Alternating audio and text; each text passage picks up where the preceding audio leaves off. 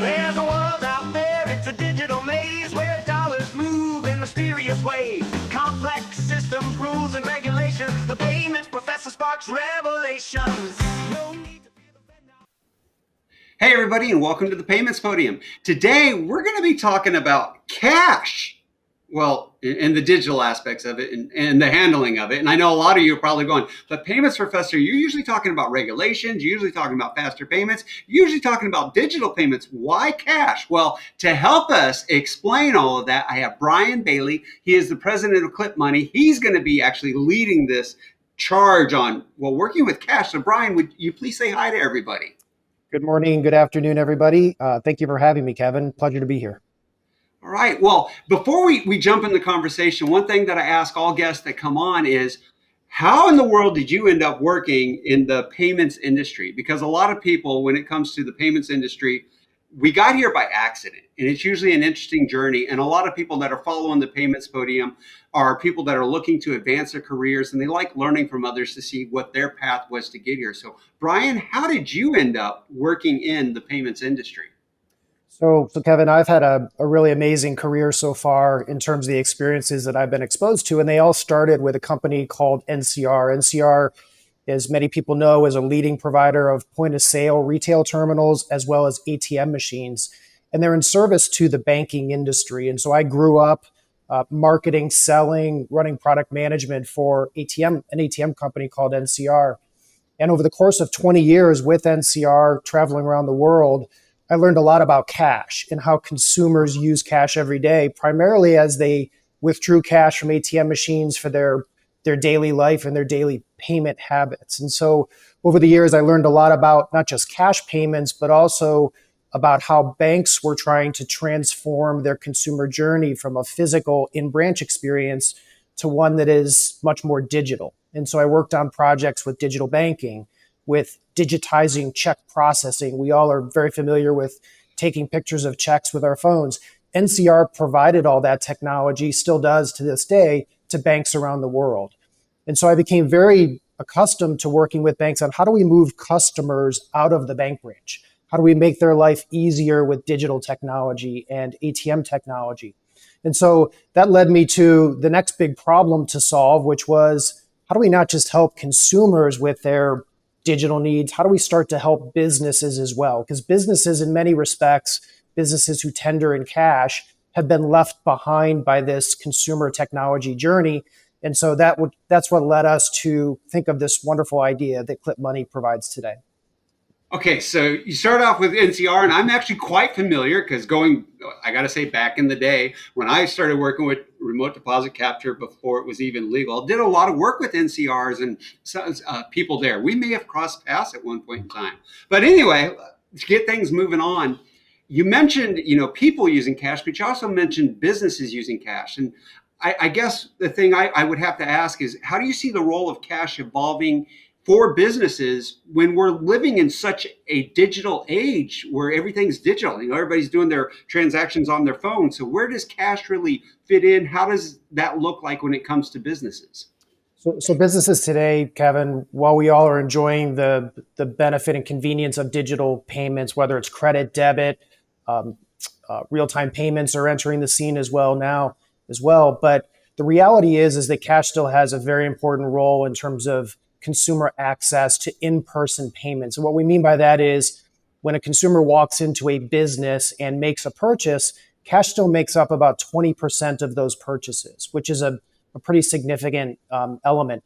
It also makes up a very large percentage of small value purchases. So think quick serve restaurants, think gas stations, convenience stores.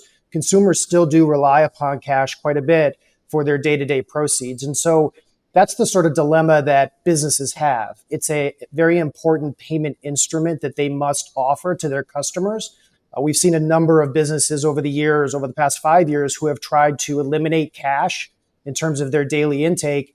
And that's really been met with a lot of consumer backlash, as well as a decrease in their own revenue from payments. So cash is still alive and well. However, it is declining, and that's something that businesses are wrestling with.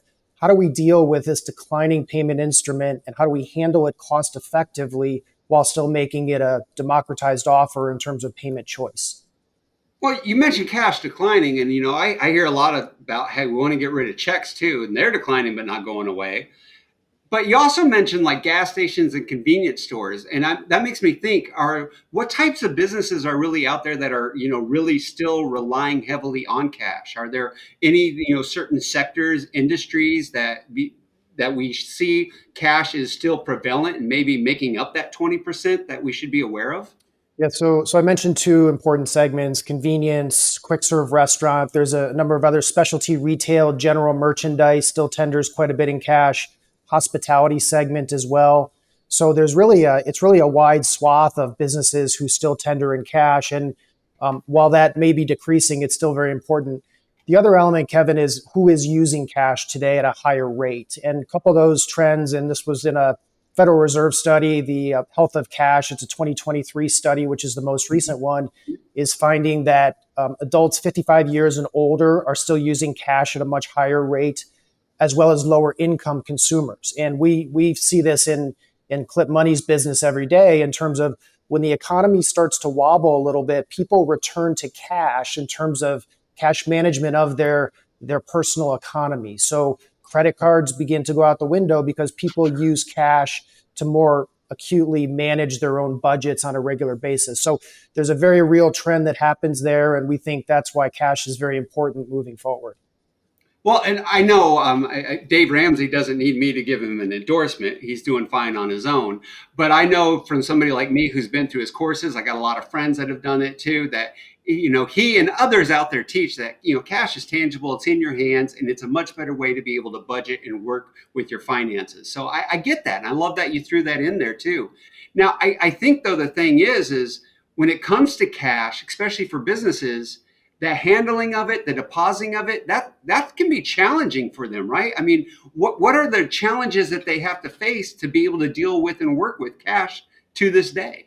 Yeah, this is something we face every day when we talk to clients, enterprise businesses, small businesses across the North American market. And I was with a treasurer of a very large shoe store that is in many of our shopping malls today. And he's been in the business for nearly 35 years. And he told me, he said, Brian, when I started at this company 30 years ago, we were handling cash in our stores the exact same way that we're handling it now. So I'll sort of revert back to the comments earlier about we've been blessed with all this digital technology in our hands. We've got mobile phones that can make P2P payments or scan checks, but businesses have really been left behind by financial institutions as well as other technology providers about how do they digitize cash, how do they make it easier to handle in stores, and how do we innovate on something that's been, quite frankly, lack of innovation over the last 30 years. And so the other big thing we see within our retail customers is this dilemma of labor, right? Labor costs have gone up exponentially for most of our retail store owners, which means they want their employees in front of customers, servicing customers, as opposed to going to the bank branch every day to deposit cash. And the reality is many businesses are still making that journey to the good old-fashioned brick and mortar branch, either putting their cash in a night drop in the side of the branch or walking in to visit the teller. That is a costly hour and a half to 2 hours every single day, which business owners just can't afford anymore.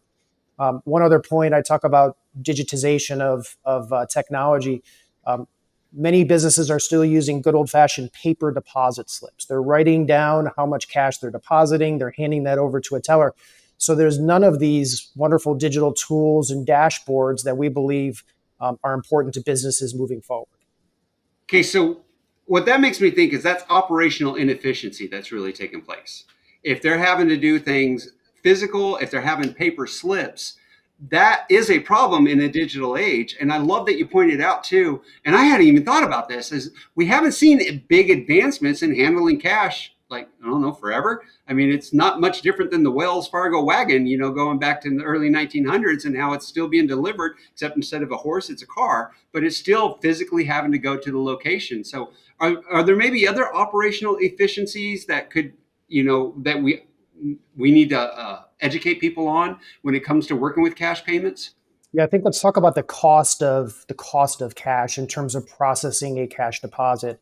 So I talked earlier about many of us listening to this probably haven't been to a bank branch since we signed a mortgage or since we went for a notary. We're just not going there anymore. There's no reason to. However, businesses are that last mile of transactions still walking in.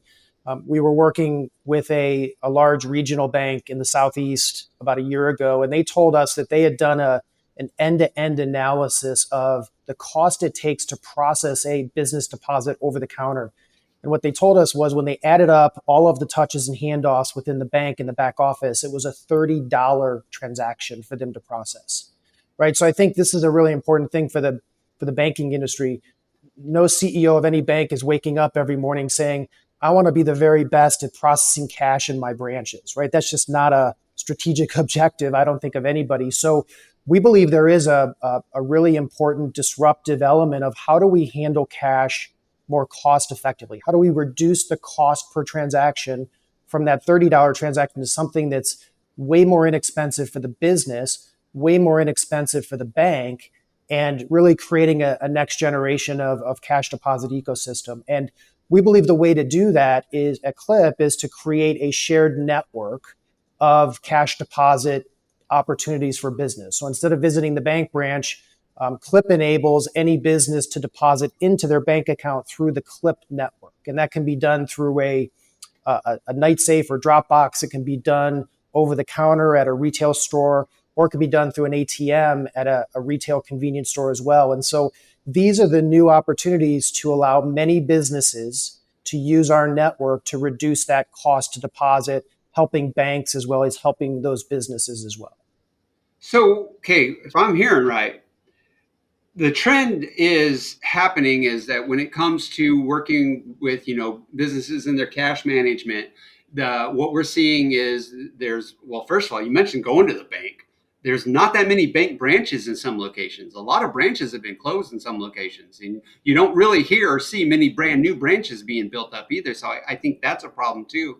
And the way you're saying to resolve it is to give alternative options of where that cash can be deposited. Is that correct? Exactly right. It's exactly right. So let me kind of use this analogy. We all have debit cards in our wallets, and those debit cards have a little emblem on the back called Plus or Cirrus, right? And those are the networks that support ATMs around the world.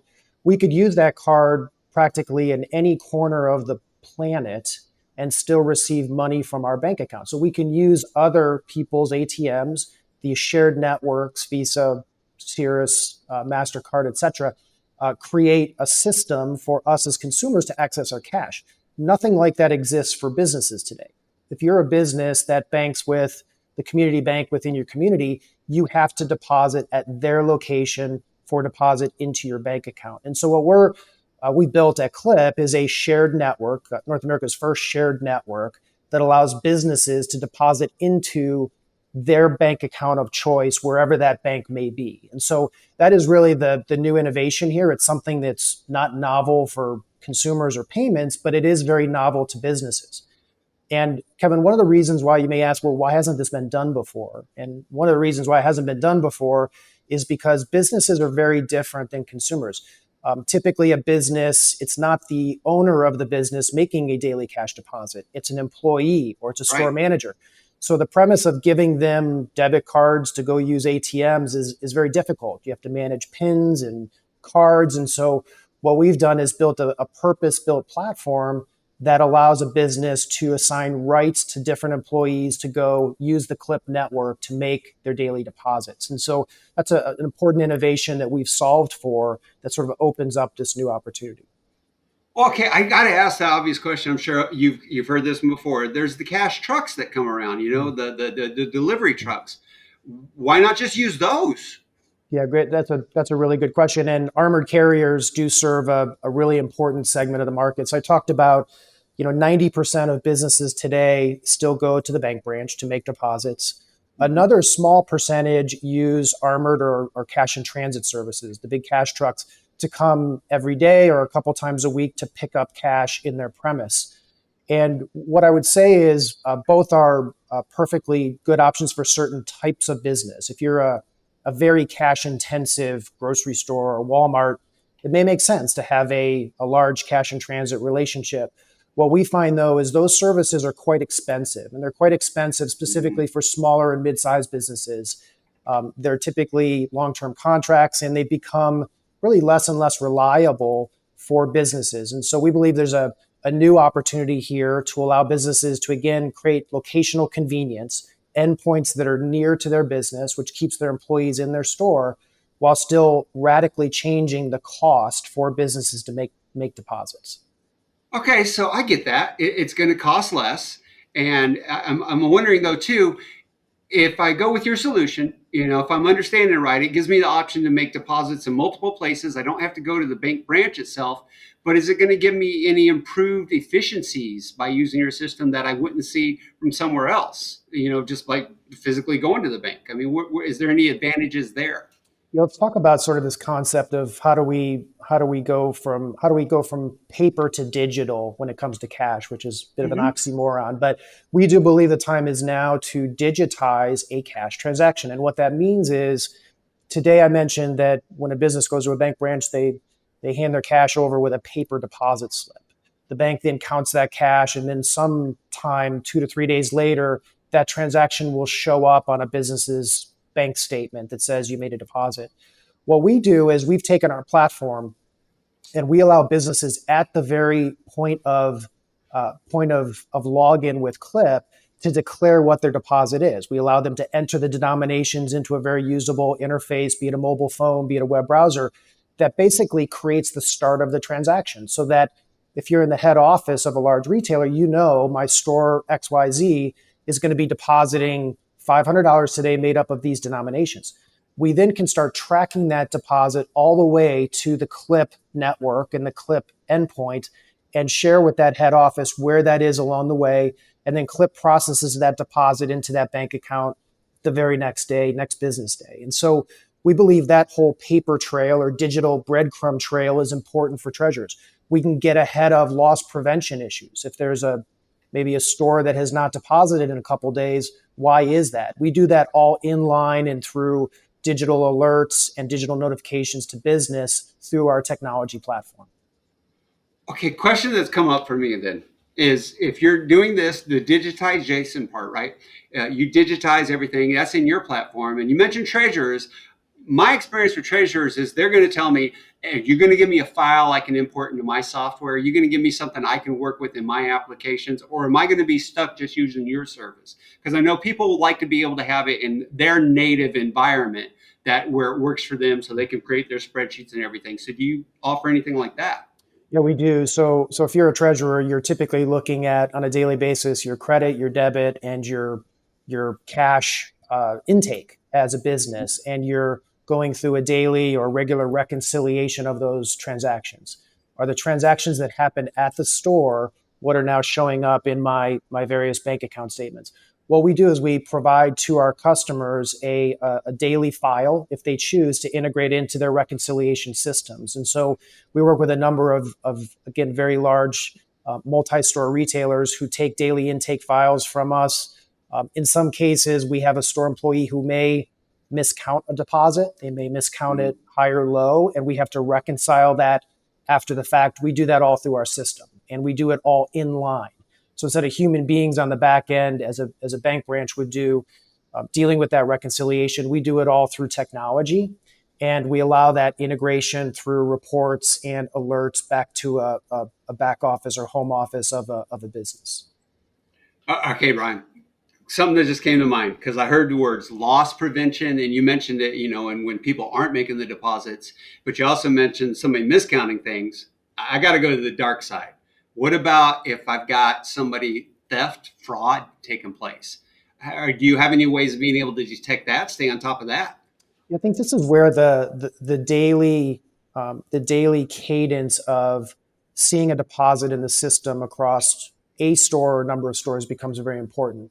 Because in the previous world, or in the current world of how businesses make deposits, you may not know of a fraud event, either whether it's an internal or external event, until days later. And so what we're doing is we're accelerating that by providing a platform that can send out alerts if something's not happening when a business expects it. And so we've not seen a lot of internal issues, but it does happen from time to time where a store manager may not have made a deposit in a couple of days. that proactiveness enabled by our platform is very important for businesses.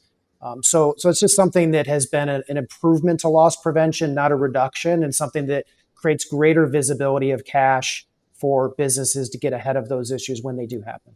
So you're basically able to identify the trends, know what's normal, what's activity should be taking place, and kind of like my phone that will sit there and say on certain times, hey, you normally leave and go do this at this time. Why are you not doing that now? You give those types of heads up alerts. That's right. And the other thing that we have to be very attentive to, and we've done this since very day one at Clip, which is we want to be the most transparent solution in the market, even at or above banks when it comes to identifying activity that is not in line with regulation.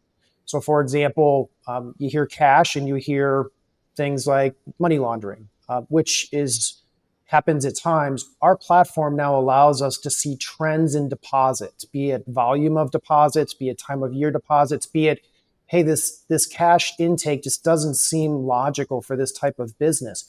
We can now provide to banks a digital first approach to say, this pizzeria who's depositing $50,000 a day doesn't seem quite in line with a legitimate business. And so those are the types of AML tools that we now have access to through our system that in many cases cannot be found when a paper deposit slip is handed over the counter. So we're going to continue to raise the bar on regulation and risk, which is very important for FIs, obviously, and make sure we're using that to flush out any things happening in the system that regulators would want to be aware of. Yeah, you got to keep the regulators happy. So I'm glad you went there, but I got one more area I got to hit on. Mm-hmm. Cash, a lot of people say, hey, it's dangerous. There's got to be security in place. So what security measures do you have to help, in the protection of making sure it's a safe and secure deposit?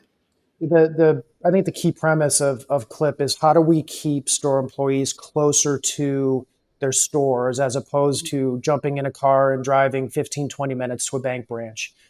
We do believe that crime happens.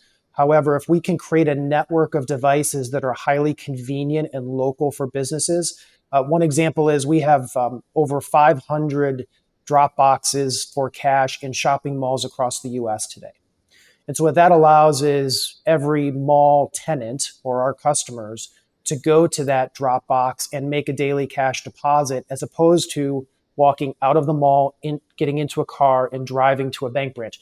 That is an infinitely more secure experience. Typically, deposits are made even before the mall opens or after the mall closes in the evening. So it's a highly secure environment, much more secure than what happens today.